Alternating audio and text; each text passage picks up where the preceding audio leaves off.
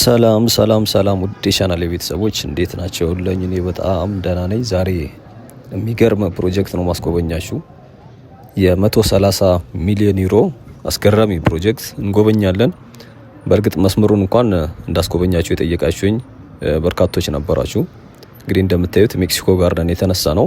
የሜክሲኮ ተርሚናሉ አካባቢ ላይ ነን የምንገኘው፣ ወይም ደግሞ በዚህ በቀኝ በኩላችን የታጠረው አጥር እንግዲህ እንደሚታወቀው የዚህ የኢትዮጵያ ኤሌክትሪክ አገልግሎት የሚያስገነባው 62 አካባቢ ደረጃ ያለው ግዙፍ የሌላው ከተማ ውስጥ የሚገርም ፕሮጀክት አለ። ትልቅ ህንጻ ነው እንግዲህ የሚገነባው። ነገር ግን አሁን ላይ በጣም ገና ነው። ኦልሬዲ ከቤዝመንት ራሱ የወጡ አይመስሉም። እንግዲህ ፊት ለፊታችን በዛኛው በኩል ያው ተርሚናሉ ነው ያለው የዚህ የሜክሲኮ አካባቢ ማለት ነው። ዛሬ ግን ዋናው አላማችን የምንመለከተው እነዚህ ተርሚናሎቹ ምናምን ሳይሆን በእርግጥ በዚሁ መስመር ነው እያለፍን ያለ ነው። ይሄ ቢአርቲ ቢቱ የሚባለው የዚህ የራፒድ ባስ ትራንዚት አለ፣ ወይም ደግሞ የዚህ የፈጣን አውቶቡስ መስመር ዝርጋታ አለ። እሱ ፕሮጀክት ተጀምሯል። እንግዲህ ከቄራ እስከ ፒያሳ ድረስ የሚደርሰውን የዛሬ እኛ የምናየው እንግዲህ ይሄኛውን መስመር ዛሬ ኦልሬዲ የተወሰነ ቀናት ሆኖታል ከተጀመረ። እኛ ዛሬ የምንመለከተው እሱን ፕሮጀክት ነው የሚሆነው።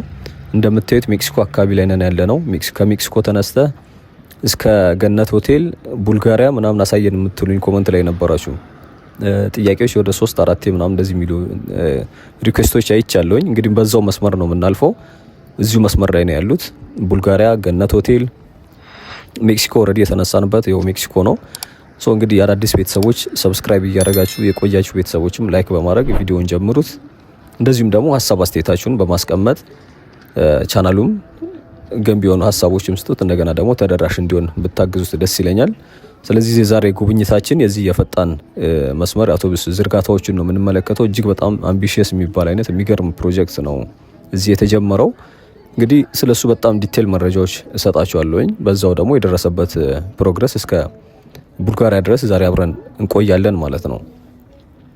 እንግዲህ ይህኛው ፕሮጀክት በዋናነት ፋይናንስ የሚደረገው በፈረንሳይ መንግስት ነው። በነገራችን ላይ እንግዲህ አዲሱን ቻናል ሰብስክራይብ እያደረጋችሁ መረጃዎች ማታ ማታ ሼር የምንደራረግበት ስላለ ኮመንት ሴክሽን ላይ አስቀምጧሉኝ። ምናልባት ጆይን ያላረጋችሁ ካላችሁ እሱንም ተቀላቀሉ። እንግዲህ ሌሎች መረጃዎች አንዳንዴ እንደዚህ አይነት እንትኖች የምሰማው ኢቨን የሚመረቁ ፕሮጀክቶች ምናምን እዛ ላይም የተወሰነ መረጃዎች ያቀርባለሁ። ለምሳሌ ትላንትና የገላን ጉራ ፕሮጀክት ተመርቋል። ዶክተር አብይ አህመድ እንግዲህ ያስመርቀውታል። እዛ የሚገርም አይነት የኢንዱስትሪ ፓርክ ነው የተመረቀው። ገላን ጉራ ማለት እንግዲህ ከዚህ በፊት የሚሰሩ የዚህ 100,000 ቤቶች ሳስጎበኛችሁ ነበር። ገላን ጉራ 2 አይተነዋል። ቃሊቲ አይተናል። ጋርመንት ያለውንም አይተናል። የዚህ 100,000 ቤቶች በተለያየ ሳይት እንደሆነ የሚሰሩት ማለት ነው። ይሄኛው ደግሞ የምትመለከቱት በነገራችን ላይ እዚሁ ላቋርጣችሁ ነው የደቡብ ግሎባል ባንክ የወደፊቱ ሄድ ኦፊስ ነው። እንግዲህ አስቡት ከኢትዮጵያ ኤሌክትሪክ አገልግሎት ከሚያስገነባው ህንፃ ሌላ ባንክ የሚያስገነባው ተለቅ ያለ ህንፃ አለ። እዚህ አካባቢ በጣም የሚገርም ሰፈር ነው የሚሆነው። በነገራችን ላይ ይሄ ከሜክሲኮ እስከ ቡልጋሪያ ድረስ ያለው መስመር ይሄ ፈጣኑ አውቶቡሱ ሲጀምር፣ በዛ በኩል ደግሞ ትልልቅ በጣም ለግዠሪ የሚባሉ ሪል ስቴቶችም እየተገነቡ ነው የሚገኙት። የነ ሴንቸሪ ሆቴሎች አሉ። የሆቴሎች ግንባታ የተጀመሩ አሉ። እነዚህን እንግዲህ እንጎበኛለን። እንደምታዩት አስፋልቱ ለሁለት ተከፍሏል በቆርቆሮ። ከቆርቆሮ ባሻገር እንግዲህ ለዚህ ለፈጣን አውቶቡሶች የሚሰራው የመስመር ዝርጋታ በታችኛው በኩል በተለይ በዚህ በቄራ በኩል ማለት ነው ወይ ደግሞ በቡልጋሪያ በታች ተጀምሯል ፕሮጀክቱ። እኛም እንግዲህ እዛ መሀል ላይ ገብቻለሁ። ይሄ የምታዩት መስመር ለዚህ ለፈጣን አውቶቡሶች ተለይቶ እየተሰራ ያለው ፕሮጀክት ያለበት ነው። እንግዲህ ይሄኛው ቢአርቲ ቢቱ ወይም ደግሞ ይሄ የባስ ራፒድ ትራንዚት ፕሮጀክት ምንድን ነው የሚለው የትራንስፖርት ችግርን ለመቅረፍ እየተገነባ የሚገኝ የሚገርም አይነት ፕሮጀክት ነው። በነገራችን ላይ ከዚህም ውጪ ሌሎች እንትኖች ይኖራሉ። አሁን እኛ ዛሬ እያየነው ያለ ነው። ይሄ የተጀመረው ከታች አካባቢ ነው። ምናልባት ቅድም ሃይላይት ላይ እንዳያችሁት አሁን ላይ እየሰሩት የሚገኘው በታችኛው በኩል ነው። ይሄኛው ኦልሬዲ ተለይቶ አስፋልቱ ከቡልጋሪያ ወደ ሜክሲኮ ያለው መስመር ለሁለት ተከፍሏል። እንደምታዩት ቆርቆሮ አለ በዚህ በኩል። እኔ እንግዲህ ከቆርቆሮ ከዋናው አስፋልት የግራውን ጠርዝ ይዤ ከሜክሲኮ ወደ ቡልጋሪያ በኩል እየሄድኩኝ ነው። የፌዴራል ፖሊስ ወንጀል ምርመራ ወይ ደግሞ ገነት ሆቴል ቱሪዝም ምናምን ያሉበት ማለት ነው። እዚህም አካባቢ ትልልቅ የመንግስት ተቋማቶች አሉ። በነገራችን ላይ እነዚህ ባሉበት መስመር እንግዲህ ከታች ተጀምሯል። ይሄኛው እንግዲህ አንዱ ከ15.3 እስከ 17.4 ኪሎ ሜትር ድረስ የሚሆን የተለያዩ የፈጣን አውቶቡስ መስመሮች ይዘረጋሉ ወይም ደግሞ ይሰራሉ። አንደኛው እንግዲህ ከዊንጌት ፓስተር አውቶቡስ ተራ ያለው መስመር ሲሆን ሌላኛው ደግሞ ይሄ ነው፣ ከቄራ ወደ ፒያሳ ነው የሚወስደው። እንግዲህ አጠቃላይ እነዚህ የፈጣን አውቶቡስ መንገዶች ማለት ነው የሚሸፍኑት 5 ክፍለ ከተሞችን የሚያካትቱ በጣም የሚገርሙ ፕሮጀክቶች ናቸው። እንግዲህ እነዚህ ራሳቸውን የቻለ መስመር ነው ያላቸው። እንግዲህ ከሌሎች መኪና ጋር አይቀላቀሉም። አዳዲስ ኤሌክትሪክ ባሶች ናቸው የሚመጡት።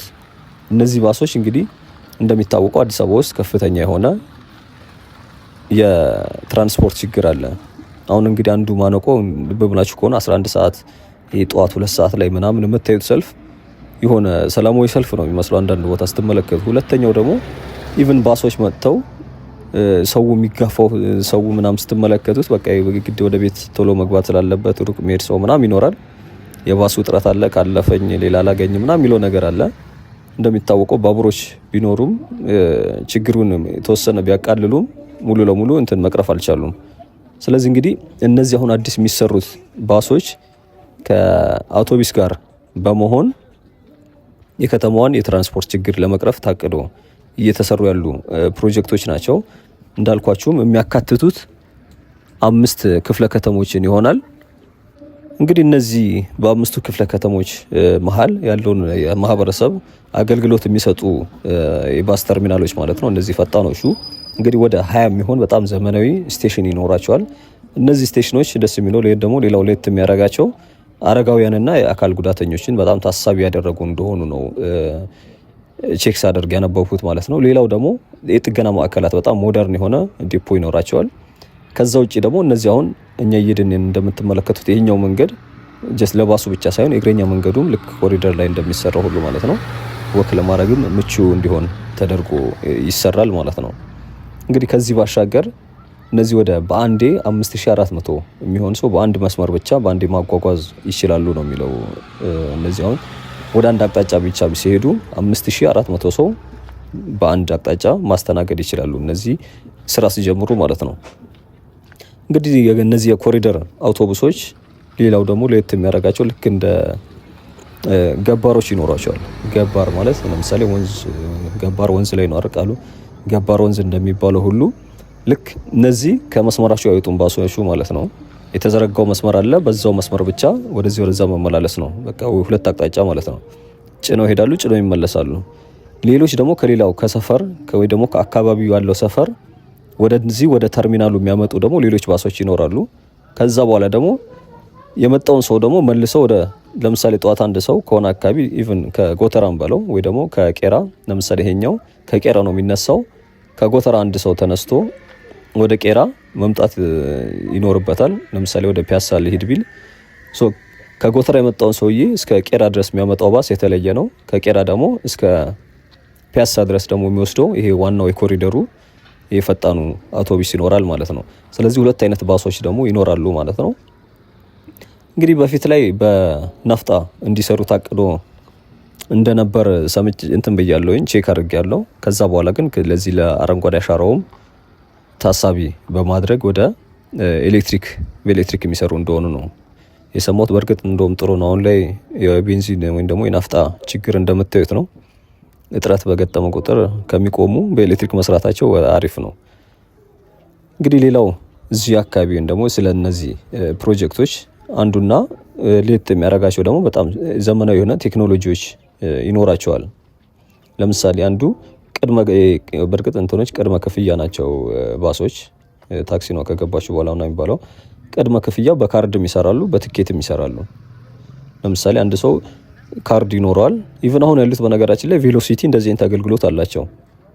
በራቸው አካባቢ ላይ ልብ ብላችሁ ከሆነ የተገጠመው የካርድ አሁን ብዙ ጊዜ ውጭ ዓለም ላይ በካርድ ምናምን ቀጥታ ካርዱን በማስነካት ወይም ደግሞ በማለት ቀጥታ ከባላንሳቸው ላይ እንዲቆረጥ ይደረጋል። ካሽ ምናምን ካሽለስ ማለት ነው።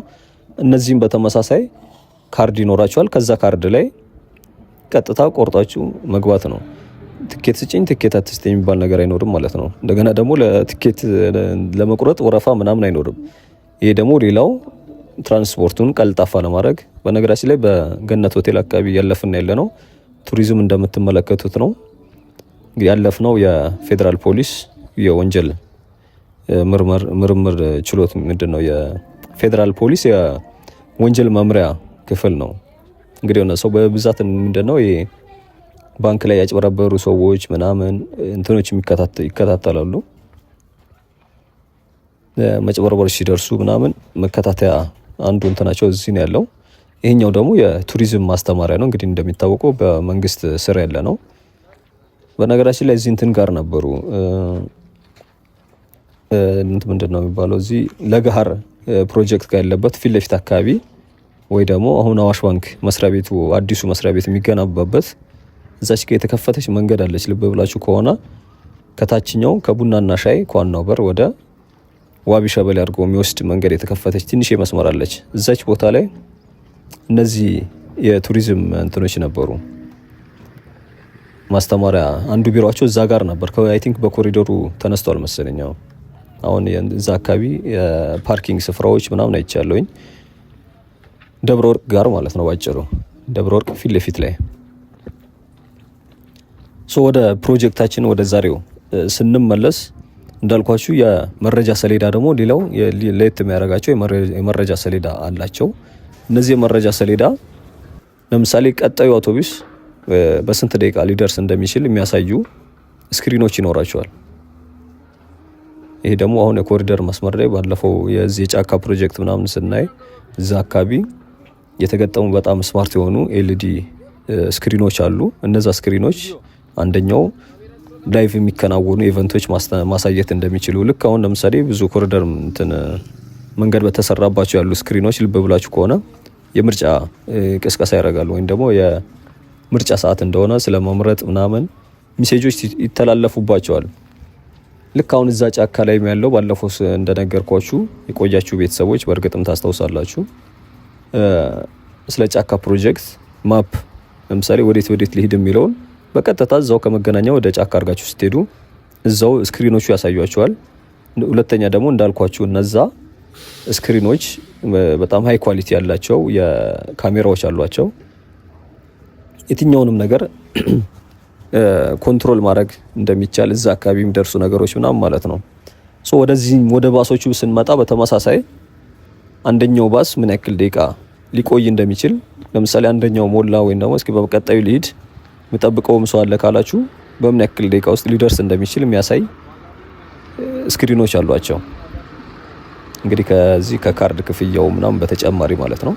ቴክኖሎጂያቸው በጣም ስማርት ነው። እንግዲህ ወደ ፋይናንስ ሞዴሉ እናምራ። ይሁሉ አውርተን ማን ነው ፋይናንስ የሚያደርገው እያላችሁ አንዳንዴ ኮመንት ላይ ትጠይቃላችሁ። ሁሉ ፕሮጀክቶች በምንድን ነው የሚሰራው ምናምን ትላላችሁ።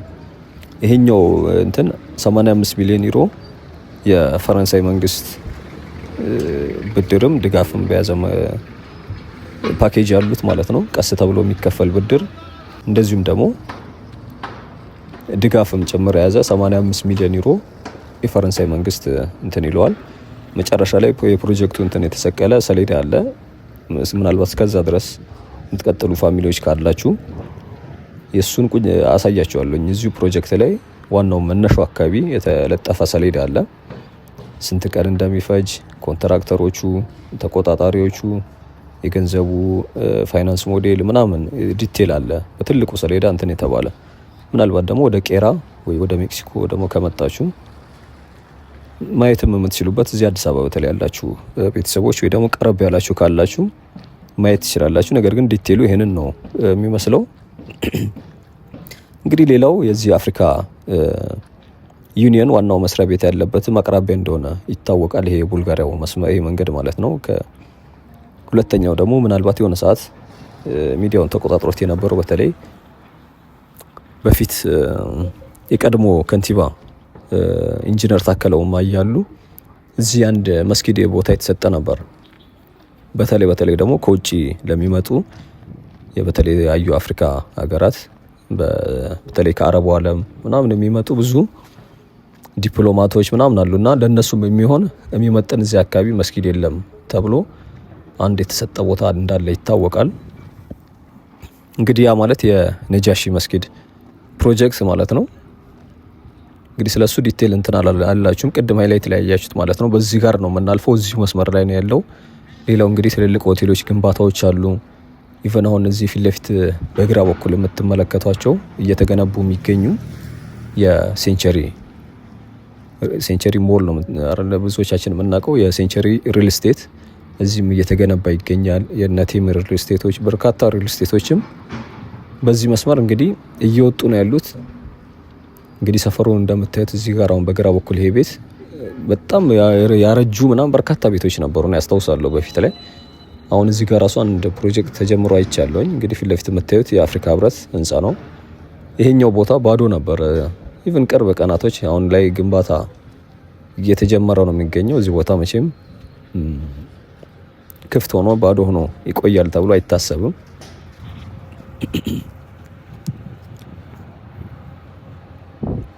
እንግዲህ ሌላው ይሄ ፕሮጀክት ሌት ከሚያደርጋቸው ነገሮች ውስጥ እነዚህ አሁን በደንብ ስራ ቢጀምሩና እንደው ትራንስፖርቱ ወደ መቃለል ቢደርስ ሌላው የሚያሰጋው ምንድነው? እነዚህ የታክሲ ሹፌሮችን ከስራ ሊያስወጣ ይችላል። እንደዚህ አይነት ነገሮች ይኖራሉ። አሁን በብዛት የላዳ ሹፌሮች እነ ቪትስ ምናምን አሁን ራይድ ከተጀመሩ በኋላ አሁን በርካታ የራይድ ተቋማቶች አሉ። ራይድ አለ፣ ዛይ ራይድ፣ ያንጎ፣ ፈረስ ምናምን የሚባሉ በርካታ ተቋማቶች ኢመርጅ አድርገዋል።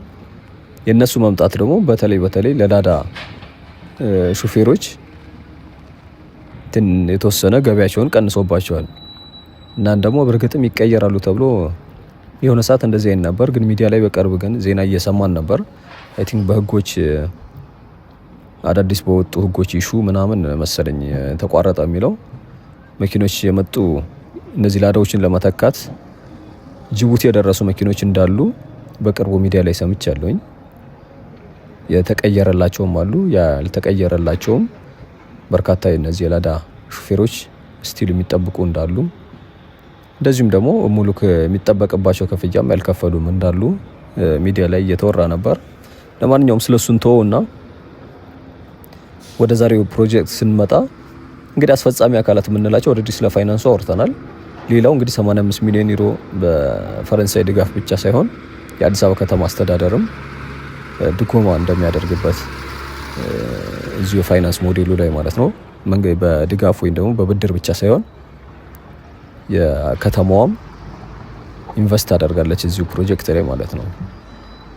እንግዲህ አስፈጻሚ አካላት የሚባሉት የአዲስ አበባ ትራንስፖርት ቢሮ፣ የአዲስ አበባ መንገዶች ባለስልጣንና የአዲስ አበባ ከተማ አውቶቡስ አገልግሎት ድርጅት የሚባሉት እነዚህ ሶስቱ የፕሮጀክቱ አስፈጻሚ አካላቶች ናቸው። ያው ኮንትራክተሩ መቼም ግልጽ ይመስለኛል። እንደዚህ አይነት ትልልቅ ፕሮጀክቶች መቼም ከቻይናው ኮንትራክተር ውጪ እንደማይሆን ይጠበቃል። የቻይና ኮሚኒኬሽን ኮንስትራክሽን ካምፓኒ የሚባለው ማለት ነው። አራቱ ሲዎች እንግዲህ እሱ በርካታ ፕሮጀክቶች እሱ ነው የሚሰራው። ኢቨን የለጋራ ፕሮጀክት እሱ ነው የሚሰራው። የአራዳ ሞል፣ የአዲስ አበባ ስቴዲየም፣ በርካታ መንገዶች፣ እዚህ ጎተራ የሚገኘው የአዲሱ ኢኮኖሚ ከተማ የሚባለው ጎተራ ጋር ያለው እዚህ ማሰራጫው አካባቢ የሚገኘው እሱም ፕሮጀክት በተመሳሳይ እሱ ነው የሚሰራው። ብቻ በርካታውን ስማቸው ማላስታውሳቸው መንገድ ትልልቅ ፕሮጀክቶች ካሉ ከበስተጀርባ ይሄ ካምፓኒ አለ። መቼ ይጠናቀቃል የሚለው ነው አሁን አይደል አሳሳቢው። መቼ ያልቃል ይህ ፕሮጀክት ለሚለው ጥያቄ 2028 ጃንዋሪ 31 ኤስቲሜት የተደረገው ያኔ ነው። እዛ ቀን ያልቃል ተብሏል። በ2028 ጃንዋሪ 1 ወይ ደግሞ ከ730 ቀናት በኋላ ያኔ ያልቃል። ያኔ አገልግሎት ይጀምራል ማለት ነው።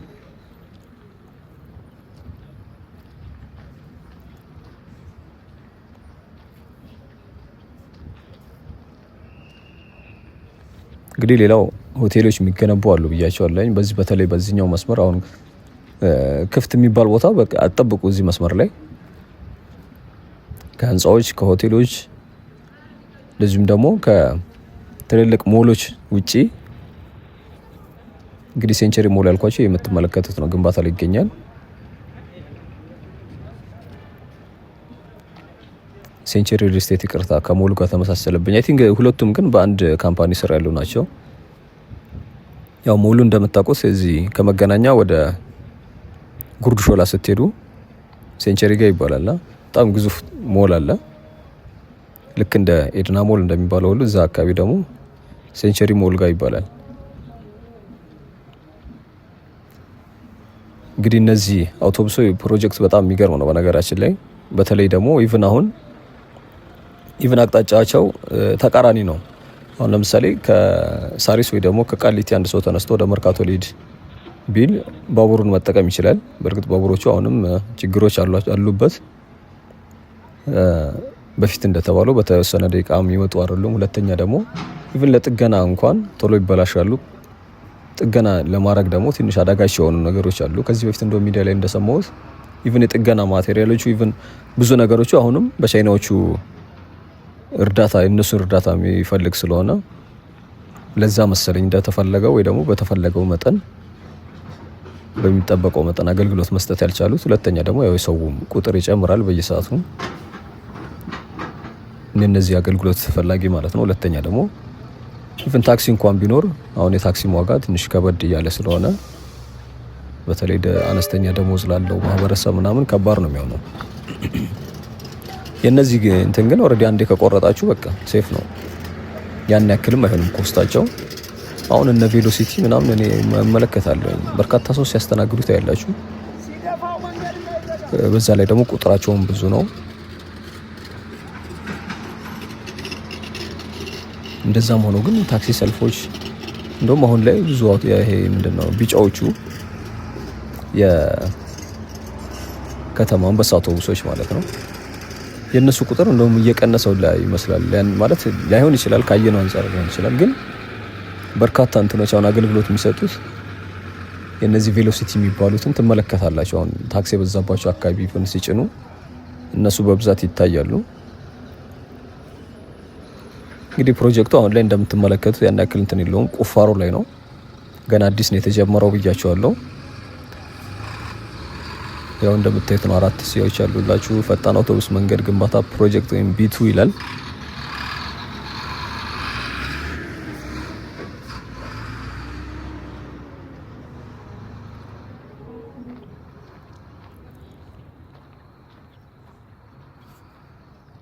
እንግዲህ ሰሞኑም የተለያዩ ፕሮጀክቶች ስናይ ነበር። ከትላንትና ወዲያ አትላስን ነበር ያየነው። አትላስ እጅግ በጣም አስገራሚ እየሆነ ነው ያለው። በተለይ ወተር ፓርኩ የፕላዛው እዛ አካባቢ እየተሰሩ ያሉት ደግሞ ሌሎች ዩኒክ የሆኑ ላንድ ማርኮች አሉ። ትላንትና ደግሞ እንግዲህ ብዙዎቻችሁም ጥያቄ መሰረት የሄድ ነው ወደ የአትላስ ሩዋንዳ መንገድ ነበር ያየነው። እዛም አካባቢ የሚገርም አይነት እጅግ በጣም ቅንጡ የሆኑ ሆቴሎች መገኛ፣ በጣም ውድ የሚባሉ ወይም ደግሞ የተሻሉ የሚባሉ አይነት መዝናኛ ስፍራዎች፣ ሆቴሎች፣ ስታር ሆቴሎች የሚገኙበት ኤምባሲዎች፣ ያም ኮሪደር እየተሰራ እንደሆነ ትላንትና ተወሰነ። በርግጥ እሱ ነገር ቆይቶ ነበር፣ እኛም ቆይተን ነበር የተመለስ ነው። እሱን ነበር ያየነው። ዛሬ ደግሞ እንግዲህ ይሄኛው የቡልጋሪያው መስመር ላይ ነን ያለ ነው።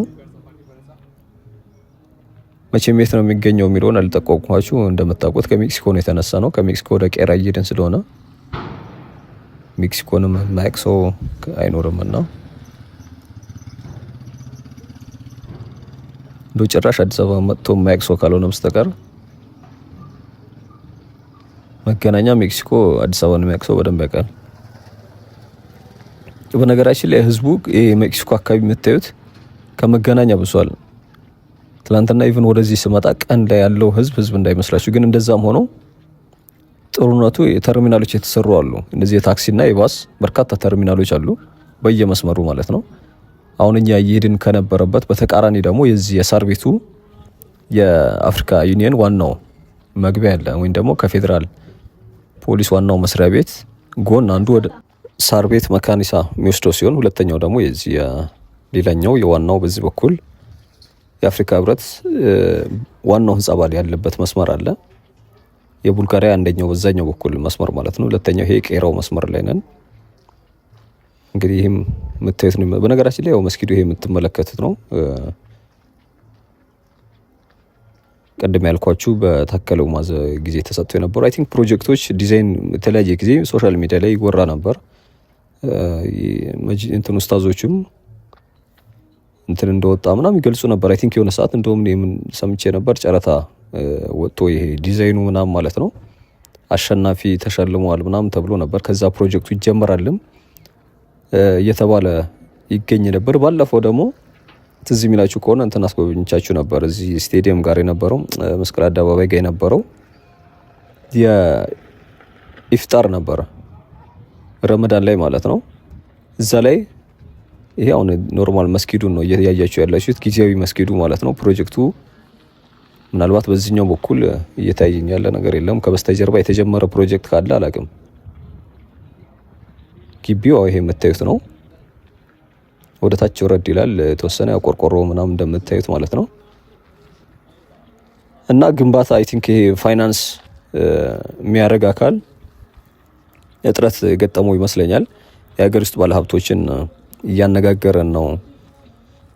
እነሱ ፋይናንስ የሚያደርገው በደንብ ብዙ እንትኖች ባለሀብቶች ተገኝተዋል ተብሎ ነበር። ከዛ በፊት ደግሞ ትዝ ይለኛል የዓለም ምንድን ነው የሚባለው እነዚህ የሃይማኖት መሪ መጥተው ነበር ከሆነ ሀገር ኢቭን አዲስ አበባን ጎብኝተው ነበር። ከዩናይትድ አረብ ኤሚሬት ሲሆን ከየት እንደሆነ ጠፋብኝ እንትናቸው። ግን ኢቭን ያኔ ፋይናንስ እናደርገዋለን ይሰራል ምናም ብለው ነበር። ከዛ በኋላ ግን ጸጥ አለ። አሁን ላይ መልሰው የሀገር ውስጥ ባለሀብቶችን እያስተባበሩ እንደሆነ ያኔ ረመዳን ላይ ነበረው የጎዳና ላይ ኢፍጣሩ ላይ መልእክቶች ሲተላለፉ ሰምቼ ነበር። ለማንኛውም ያያችሁትን ነው እንግዲህ ወደዚህ ወደ ፕሮጀክቱ ማጠናቀቂያ አካባቢ ተቃርበናል። በነገራችን ላይ ወደ ተጀመረበት ማለት ነው። እንግዲህ ፊት ለፊቱን ቀጥታ ከሄዳችሁ ቄራ፣ ዋናው ቄራ ያለበት ስጋ ቤቱ ተርሚናሎቹ ምናምን ማለት ነው አለ። እንግዲህ ያው እዛ ስደርሱ እንደሚታወቀው አንደኛው ወደ ጎተራ ማሰላጫ ነው፣ ሌላኛው ወደ ሳር ቤት ነው። እዚህኛው ጋር ግን እኛ እዛ ሳንደርስ ወደዚህ ወደ አጎና ወደ ግራ፣ ወደ ቀኙ ደግሞ ወደዚህ ወደ ልደታ የሚዞረው መንገድ እዛ አካባቢ ላይ ነን የዛሬ ጉብኝት የምናጠናቅቀው። እንግዲህ ያው አጥሩ እንደምታዩት ነው፣ እስከታች ድረስ ይቀጥላል። ፕሮጀክቱ የተጀመረበት ፓርት ማለት ነው። መኪኖቹ የሚያልፉት አሁን በዚህኛው መስመር ላይ ብቻ ነው። እንግዲህ ሰብስክራይብ ያላረጋችሁ ቤተሰቦች ድጋሚ ላስታውሳችሁ ሰብስክራይብ አድርጉ። ሀሳብ አስተያየታችሁንም ነባር በተለይ ፋሚሊዎች በተመሳሳይ በየሰዓቱ ኮመንት የምታደርጉ አላችሁ። ሪኩዌስቶችም አሉ እዚህ ቦታ ላይ ብታስጎበኘን የሚል። እንግዲህ ወደ ኋላ ዞሬ ነው እያስመለከትኳችሁ የምገኘው። እዚህ አካባቢ እንደምታዩት በርካታ ህንጻዎች እየወጡ ነው የሚገኙት፣ እየፈለቁ በሉት ኦልሞስት። ስለዚህ ዛሬ ጉብኝታችን እዚሁ ነው የምናጠናቅቀው። ጠጋ ብዬ ግን ያቺ እንትኗን አስጎበኛቸዋለሁ። ያው ፊት ለፊት የምታዩት ማለት ነው። እዛች ጋር ተለጥፈዋል ስለ ፕሮጀክቱ ዝርዝር ዲቴል መረጃ ያለው። እንግዲህ እስካሁን ድረስ ታክሳችሁ ስለተከታተላችሁኝ እጅግ በጣም ነው የማመሰግነው። ነገ ደግሞ በሌላ ፕሮጀክት እንመለሳለን። ኮመንት ሴክሽን ላይ ያለውንም አዲሱ የመረጃ ቻናል ሰብስክራይብ ብታደርጉት ደስ ይለኛል። መልካም ጊዜ። ቻው።